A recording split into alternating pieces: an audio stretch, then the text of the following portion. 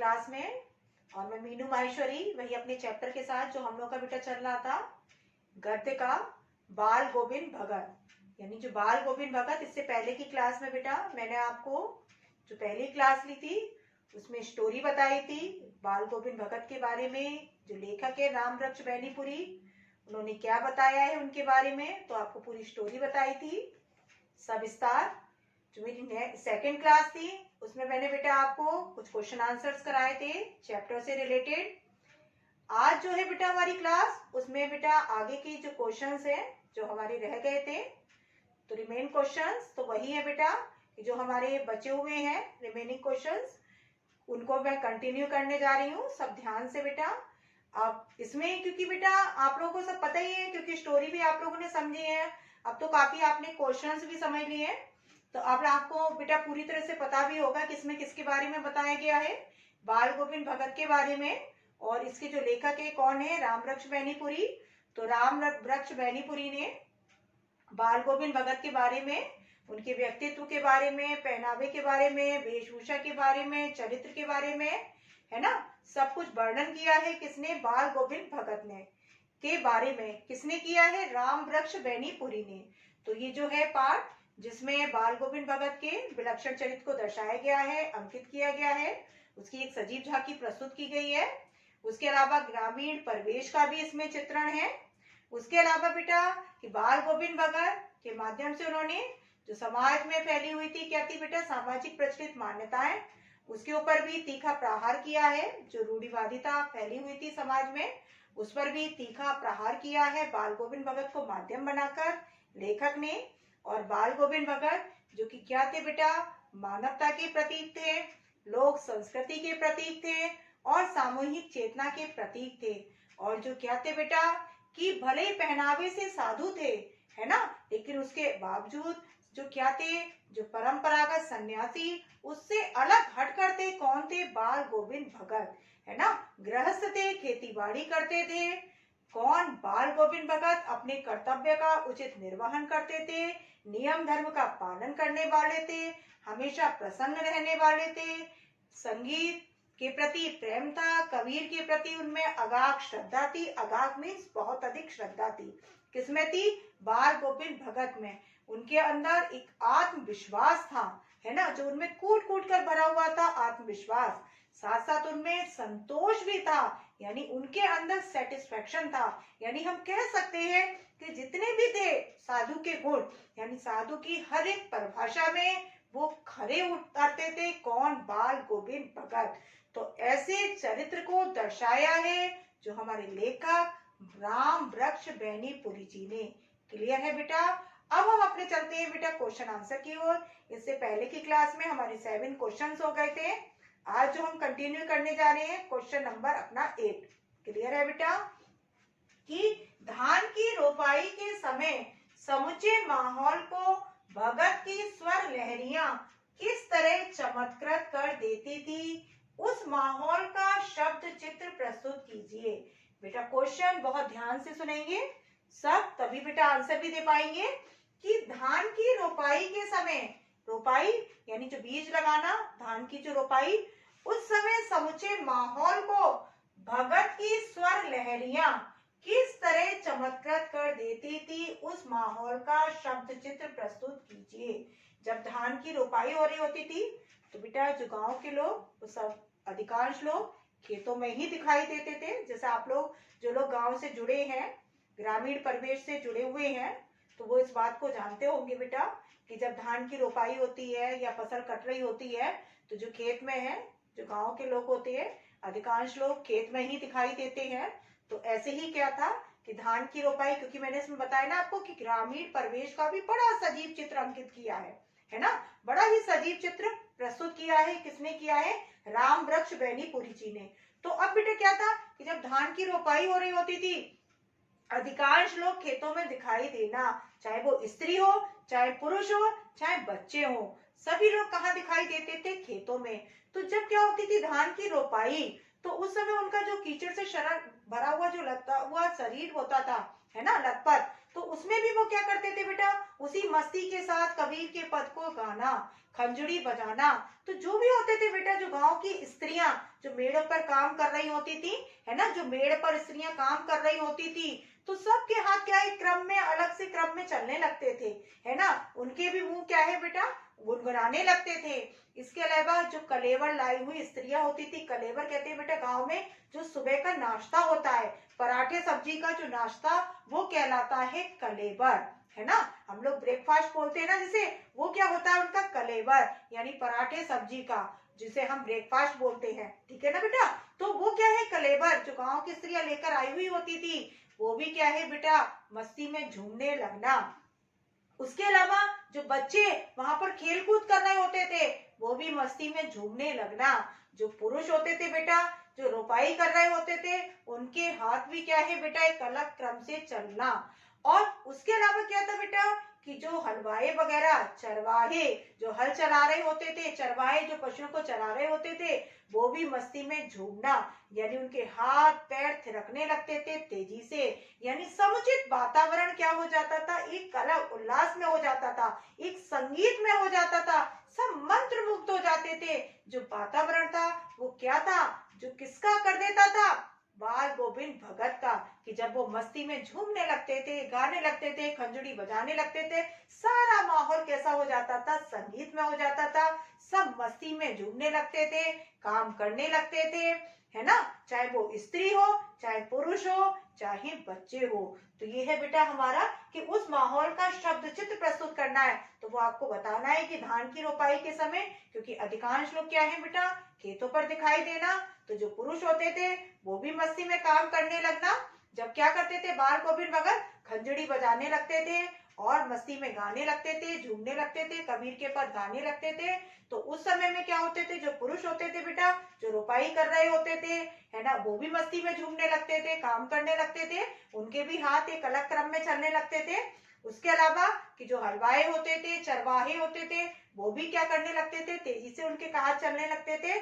उसके अलावा जो स्त्रियां मेड़ों पर काम कर रही होती थी, या जो कलेवर लाई हुई होती थी स्त्रियां, सब मस्ती में झूमना, काम करना।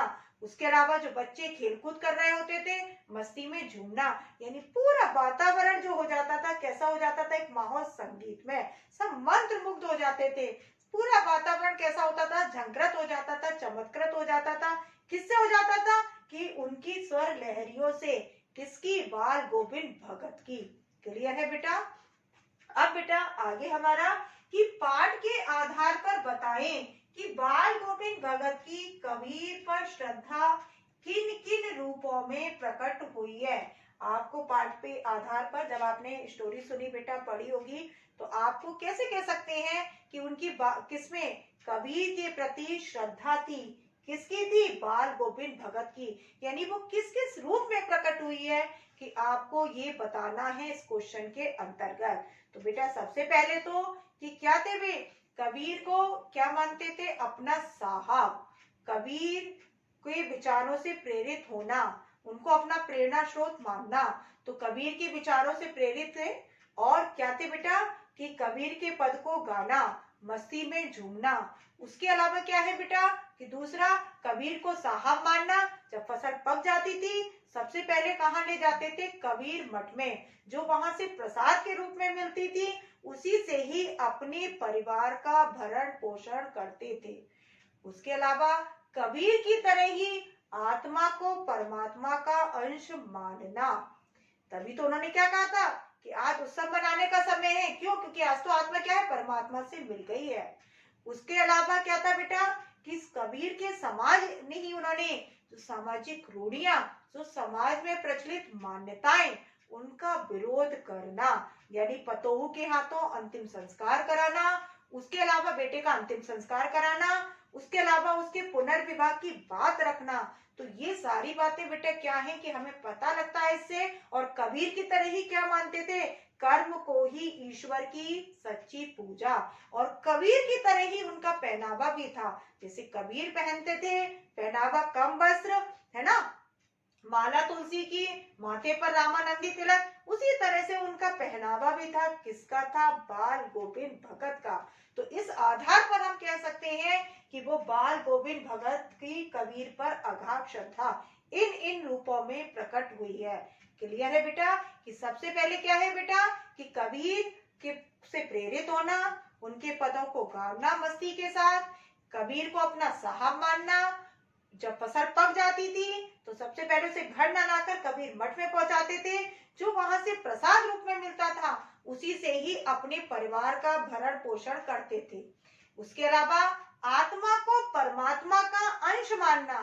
उसके अलावा बेटा क्या था उनका कि उन्होंने जो समाज में फैली जो मान्यताएं प्रचलित रूढ़ियां, उनके खिलाफ भी उन्होंने क्या था विद्रोह करना, आवाज उठाना, यानी उनको ना मानना।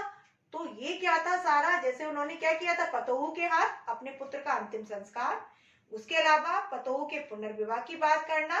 तो ये सारी बातें, और कबीर के समान ही कर्म को ही ईश्वर की सच्ची पूजा मानना, कबीर के समान ही उनका पहनावा भी था।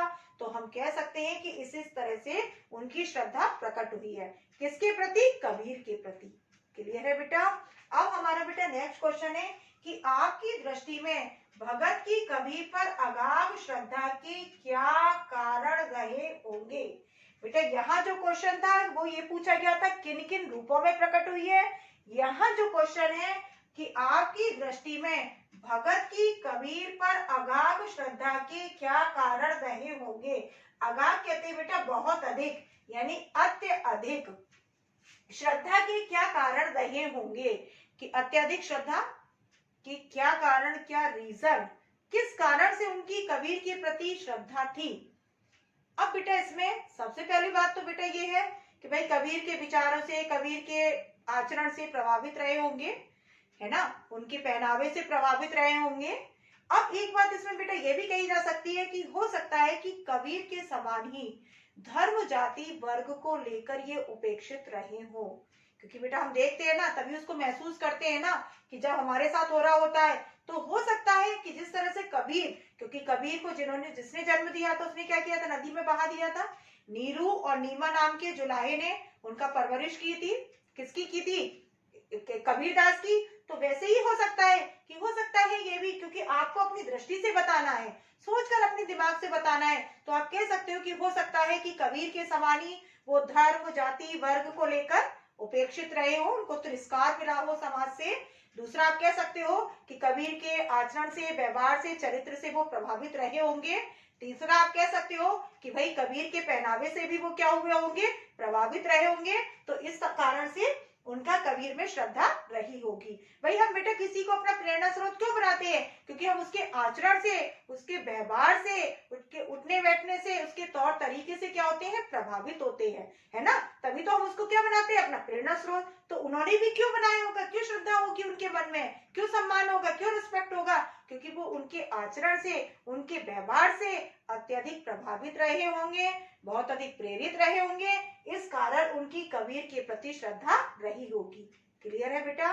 नेक्स्ट हमारा क्वेश्चन है बेटा कि गांव का सामाजिक सांस्कृतिक परिवेश आषाढ़ चढ़ते ही उल्लास से क्यों भर जाता है, कि गांव का सामाजिक सांस्कृतिक परिवेश आषाढ़ चढ़ते ही उल्लास से क्यों भर जाता था, वहां पर क्यों भर जाता था। बाल गोविंद भगत पाठ के आधार पर आषाढ़ का महीना बेटा जब क्या होता है, रिमझिम बारिश होती है, तेज नहीं होती, तेज तो बेटा सावन भादों में होती है ना, जो हमारी रिमझिम होती है वो कब होती है, आषाढ़ के महीने में। तो उस समय क्या था कि सारा वातावरण बेटा, क्योंकि यहाँ है जब बारिश होती है रिमझिम, हवा चलने लगती है ठंडी ठंडी और सुगंधित, क्योंकि मिट्टी वगैरह की सुगंध वातावरण में फैली जाती है, सभी जानते हैं बेटा कि मिट्टी की सुगंध वातावरण में फैल जाती है। तो ऐसे में जो थे बाल गोविंद भगत जो कि रोपनी कर रहे होते थे, बीजों को लगा रहे होते थे, पंक्तिबद्ध लगा रहे होते थे, तो उस समय क्या था बेटा, आधा कीचड़ में सड़ा उनका शरीर और मस्ती में झूमना, कबीर के पद गाना।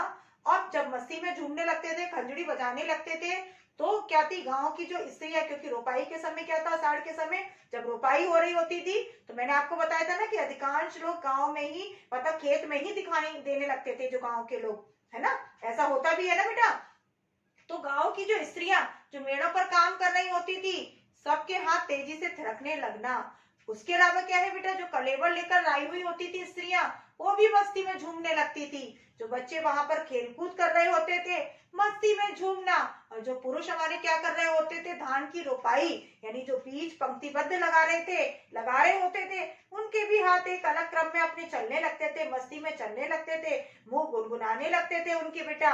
उनके भी मुंह से क्या है बेटा, स्वर निकलना शुरू होने लगता था, है ना। उसके अलावा जो हमारे हलवाई चरवाहा वगैरह सब मस्ती में झूमना, यानी सारा वातावरण कैसा हो जाता था, संगीत में हो जाता था।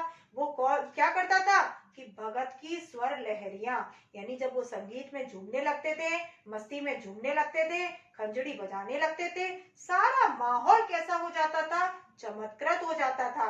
उनका ऐसा लगता था उस समय कि कुछ स्वर उनका क्या है, पृथ्वी पर है, कुछ कहा जा रहा है, स्वर्गलोक तक जा रहा है ना। और उनका जो मन था वो धीरे धीरे तन पर हावी हो जाना, मस्ती में झूमना। तो पूरा वातावरण कैसा हो जाता था उस समय, पूरा संगीतमय हो जाना, सब मस्ती में झूमना और अपने काम को करना। क्लियर बेटा, सब मंत्र मुग्ध हो जाते थे, झंकृत हो जाते थे, चमत्कृत हो जाते थे। किससे? बाल गोविंद भगत की स्वर लहरियों से। अब आगे बेटा, कि ऊपर की तस्वीर से यह ना माना जाए कि बाल गोविंद भगत साधु थे। क्या साधु की पहचान पहनावे के आधार पर की जानी चाहिए? बेटा क्वेश्चन को बड़े अच्छे से समझें कि ऊपर की तस्वीर से यह ना माना जाए कि बाल गोविंद भगत साधु थे। क्या साधु की पहचान पहनावे के आधार पर की जानी चाहिए? आप किन आधारों पर सुनिश्चित करेंगे कि अमुक व्यक्ति साधु है? बेटा साधु की पहचान क्या है बेटा, जन्म से व्यक्ति नहीं बल्कि अपने कर्म से बनता है महान।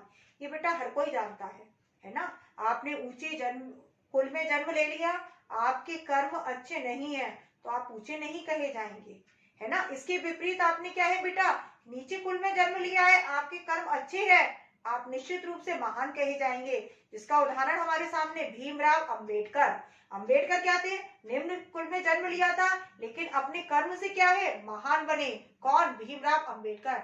राजा राम मोहन राय, मदन मोहन मालवीय, भले ही क्या थे बेटा, निम्न उसमें लिया उन्होंने, लेकिन अपने कर्म से क्या बने, महान। ये सभी जानते हैं बेटा। एक व्यक्ति है ऊंची पदवी पर है लेकिन उसके कर्म अच्छे नहीं है, वो अच्छा नहीं कहा जाएगा, साधु नहीं कहा जाएगा। इसके विपरीत यदि एक व्यक्ति निम्न पद पर है, यदि उसका आचरण अच्छा है तो वो ऊंचा कहा जाएगा। तो व्यक्ति की पहचान किससे होती है? उसके चरित्र से, उसके आचरण से। साधु की परिभाषा क्या है बेटा, कि जिसके अंदर क्या हो, दया का भाव हो, ममता का भाव हो, सहनशीलता हो, क्षमाशीलता का गुण हो, है ना। ये सारे गुण हैं, यानी दया, करुणा, त्याग, परोपकार, ममता, है ना, सहनशीलता, क्षमाशीलता। जिसके अंदर ये सारे गुण होते हैं बेटा, जो विनम्र होता है, शांत होता है, तो वही व्यक्ति बेटा क्या कहा जाता है, जो धर्म संप्रदाय को लेकर झगड़ा ना करे, व्यक्ति क्या है बेटा, साधु। तो साधु क्या है बेटा, कि साधु की पहचान किससे है, क्योंकि इसमें कहा है ना कि पहनावे के आधार पर निश्चित की जानी चाहिए। तो इसमें दो बातें बेटा, कि पहले आपको ये बताना होगा कि व्यक्ति की पहचान किससे होती है, कर्म से। कर्म से व्यक्ति बनता है, चरित्र से कैसे बनता है, बड़ा। लेकिन एक बात इसमें और जोड़ देना बेटा, कि यदि व्यक्ति का पहनावा भी उसी आधार का हो तो वो हो जाता है बेटा सोने पर सुहागा का काम करता है ना। वो चार चांद लगा देता है, उसके व्यक्तित्व को और अधिक निखार देता है। एक मैं उदाहरण दे रही हूँ बेटा, एक टीचर ही है, क्योंकि विद्यार्थी जीवन से रिलेटेड ही मैं उदाहरण देती हूँ। एक टीचर है बेटा, अब वो पढ़ाने में अच्छा है, सब कुछ है, लेकिन उसका पहनावा अच्छा नहीं है, चप्पल पहनकर चला आ रहा है, कपड़े वगैरह भी अस्त व्यस्त है। तो बेटा क्या है, हंसी का पात्र बनता है ना, और बच्चे भी उसमें उतना इंटरेस्ट नहीं लेंगे। क्लियर है। एक बच्चा है, पढ़ने में अच्छा है, सब कुछ है, लेकिन मैले कुचैले कपड़े पहन कर आ रहा है ना। अब उसके अलावा क्या है बेटा, बालों में तेल नहीं है, पैर गंदे हैं, कपड़े गंदे हैं, शरीर से बदबू आ रही है। कौन बच्चा बेटा उसके पास बैठना चाहेगा, भले ही वो कितना ही होशियार क्यों ना हो, कितना ही उसका आचरण अच्छा ना हो। तो मैंने भी क्या बताया बेटा, कि व्यक्ति की पहचान जो साधु बनता है वो अपने आचरण से तो बनता है ना। कि व्यक्ति की पहचान किससे होती है, उसके स्वभाव से, उसके आचरण से। लेकिन यदि उसका पहनावा भी है बेटा उसी आधार पर, तो वो क्या करता है बेटा, सोने पर सुहागा का काम करता है, उसके व्यक्तित्व को और अधिक निखार देता है, यानी वो चार चांद लगा देता है। तो आप इसमें बेटा अपनी दोनों बात करके लिखिए कि होती है पहचान किससे, व्यक्ति के अपने चरित्र से, लेकिन यदि पहनावा भी उसका अच्छा है तो वो उसके उस पर क्या करता है, व्यक्तित्व पर चार चार लगा देता है। क्लियर है बेटा, समझ में आया सबको बेटा? अब हमारा बेटा नेक्स्ट क्वेश्चन कि मोह, ये बेटा इंपोर्टेंट क्वेश्चन है और अक्सर एग्जाम में आता भी है। मोह और प्रेम में अंतर होता है। बाल गोविंद भगत के जीवन की किस घटना के आधार पर इस कथन का सच सिद्ध करेंगे? पहले बेटा क्वेश्चन को बहुत अच्छे से समझें कि मोह और प्रेम में अंतर होता है। बाल गोविंद भगत के जीवन की किस घटना के आधार पर इस कथन का सच सिद्ध करेंगे? सबसे पहले तो बेटा जान लें कि ये प्रेम क्या होता है और मोह क्या होता है। बहुत से लोग इसको एक ही समझते हैं, प्रेम और मोह को, लेकिन इसमें बेटा अंतर है। जो मोह होता है बेटा वो होता है सांसारिक। मेरी बात समझ में आ रही है? जो मोह होता है बेटा वो सांसारिक होता है, जबकि जो हमारा प्रेम होता है अलौकिक होता है, दिव्य होता है। क्लियर है बेटा? मेरी बात समझ में आ रही है? सबसे पहला पॉइंट कि जो मोह है वो क्या होता है बेटा, सांसारिक। संसार के लोगों से, संसार की वस्तुओं से जो हम करते हैं वो हो गया हमारा सांसारिक, यानी वो होता है मोह। प्रेम क्या होता है बेटा, दिव्य होता है, अलौकिक होता है। जो भक्त किससे करता है, ईश्वर से करता है। आत्मा किससे करती है, परमात्मा से करती है, वो हमारा होता है प्रेम। क्लियर? दूसरा क्या है बेटा कि मोह के भंग होने पर कष्ट होता है बेटा, तकलीफ होती है। हमारा कोई अपना है, पिछुड़ जाता है, कष्ट होता है ना। हमारी कोई प्रिय चीज है हमसे अलग हो गई, चली गई, किसी दूसरे ने ले ली, हमको कष्ट होती है ना, तकलीफ होती है ना। तो बेटा क्या होता है, मोह के भंग होने पर कष्ट होता है, परेशानी होती है, बहुत तकलीफ होती है। प्रेम में ऐसा नहीं होता बेटा। बात समझ में आ रही है? तभी तो बाल गोविंद भगत का था बेटा, बेटे की मृत्यु हो गई, विचलित नहीं थे। क्यों? क्योंकि क्या मान रहे थे, आत्मा को परमात्मा का, क्योंकि बेटे से क्या करते थे, प्रेम करते थे। बात समझ में आ रही है? तो बेटा जो प्रेम होता है, प्रेम में ऐसा नहीं होता कि भंग होने पर नष्ट हो, क्या हो, कष्ट हो, ऐसा प्रेम में नहीं होता। क्लियर है बेटा? अब उसके अलावा क्या है बेटा, जैसे मीरा वगैरह दीवानी थी, कितने समय तक थी, आराधना की, राधा वगैरह, तो बेटा उसमें कष्ट नहीं होता। अब तीसरा क्या है बेटा कि जितने भी अच्छे गुण है बेटा वो सारे कुछ में किस में आते हैं बेटा, वो सारे आपके आते हैं प्रेम के अंतर्गत। और जितने भी है बेटा दुर्गुण है, क्या है, जैसे ईर्ष्या है, द्वेष है, प्रतिकार है, प्रतिशोध है, तो जो भी आपके क्रोध है, ये सारे जितने भी हैं, है ना, गुण, तो वो सारे आपके किसके अंतर्गत आते हैं, मोह के अंतर्गत। प्रतिकार का मतलब होता है बेटा बदला, प्रतिस्पर्धा। जरा मैं उदाहरण दे रही हूँ, दो मित्र हैं, जैसे हमारे ही सेक्शन की खुशी ले लो और इशिका ले लो, कि दो मित्र हैं, एक साथ उठते हैं, बैठते हैं, खाना खाते हैं, सब कुछ है। लेकिन यदि कहीं कंपटीशन होती है, प्रतिस्पर्धा की बात आती है, तो क्या होगा कि जो है खुशी वो चाहेगी मैं जीतूं, वो ये नहीं चाहेगी इशिका जीते। अब इसके विपरीत क्या है, इशिका वो क्या चाहेगी कि इस कंपटीशन में मैं जीतूं, वो ये नहीं चाहेगी कि खुशी जीते। तो क्या है बेटा कि जो प्रतिस्पर्धा है, प्रतिकार कहते हैं बदला, रिवेंज जिसे बोलते हैं बेटा, तो क्या है बेटा कि ईर्ष्या है, द्वेष है, जो प्रतिकार है, प्रतिशोध है, क्रोध है, ये जितने भी गुण हैं बेटा ये सारे आते हैं आपके किसके अंतर्गत आते हैं, मोह के अंतर्गत। जबकि प्रेम के अंतर्गत जितने भी अच्छे गुण हैं, दया है, करुणा है, त्याग है, ममता है, इसके साथ साथ बेटा क्या है, सहनशीलता है, क्षमाशीलता है, ये जितने भी अच्छे गुण हैं वो सारे आपके किसके अंतर्गत आते हैं, प्रेम के अंतर्गत। क्लियर है बेटा? अब उसके अलावा क्या है बेटा कि जो होता है मोह, उसमें होती है स्वार्थ भावना। जो मोह होता है उसमें होती है स्वार्थ भावना। इसके विपरीत जो प्रेम होता है वो होता है निस्वार्थ भाव से, उसमें कोई स्वार्थ नहीं होता। जैसे कौन करते थे, बाल गोविंद भगत, कोई स्वार्थ नहीं था उनका, है ना। तो जो प्रेम होता है वो कैसा होता है बेटा, निस्वार्थ होता है, उसमें कोई स्वार्थ छिपा नहीं होता। जबकि मोह के अंदर क्या होता है बेटा, स्वार्थ भावना। क्लियर है? तो बेटा उसके आगे क्या है कि बाल गोविंद भगत के जीवन की किस घटना के आधार पर इस कथन का सच सिद्ध करेंगे।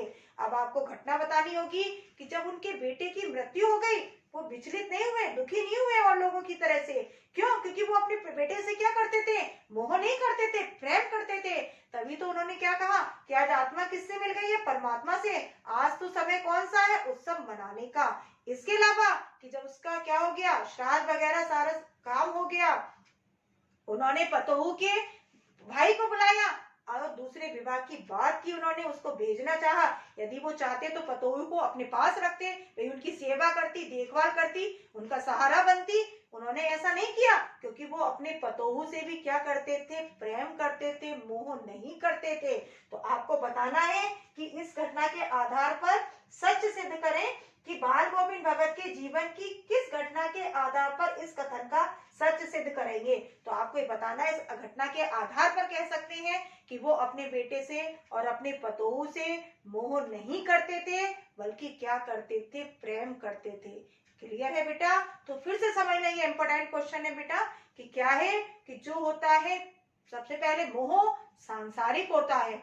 मोह क्या है बेटा? सांसारिक। इसके विपरीत बेटा जो प्रेम है वो दिव्य होता है, अलौकिक होता है। यानी जो मोह है सांसारिक, संसार के लोगों से, जो रिश्ते नाते वगैरह है संसार के लोगों से या संसारिक वस्तुओं से होता है, यानी हम कह सकते हैं सांसारिक होता है। जबकि प्रेम होता है वो दिव्य होता है, अलौकिक होता है। जैसे भक्त किससे करता है? ईश्वर से। आत्मा किससे करती है? परमात्मा से। क्लियर है बेटा? अब दूसरा क्या है कि मोह के भंग होने पर कष्ट होता है। यदि कोई हमारा अपना अलग हो जाए, कोई चीज हमसे चली जाए तो क्या होता है बेटा? कष्ट होती है, बड़ी परेशानी होती है। प्रेम में ऐसा नहीं होता, प्रेम के भंग होने पर ऐसा नहीं होता।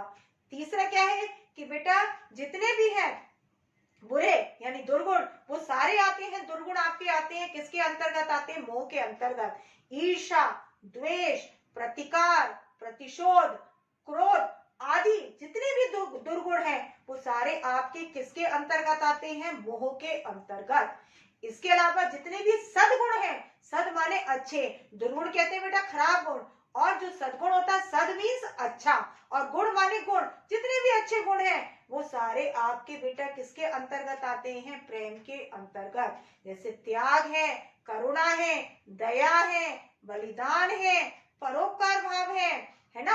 इसके अलावा बेटा क्या है? सहनशीलता, क्षमाशीलता, जितने भी अच्छे गुण हैं बेटा, शालीनता, ये सारे के सारे गुण किसके अंतर्गत आते हैं? वो आते हैं प्रेम के अंतर्गत।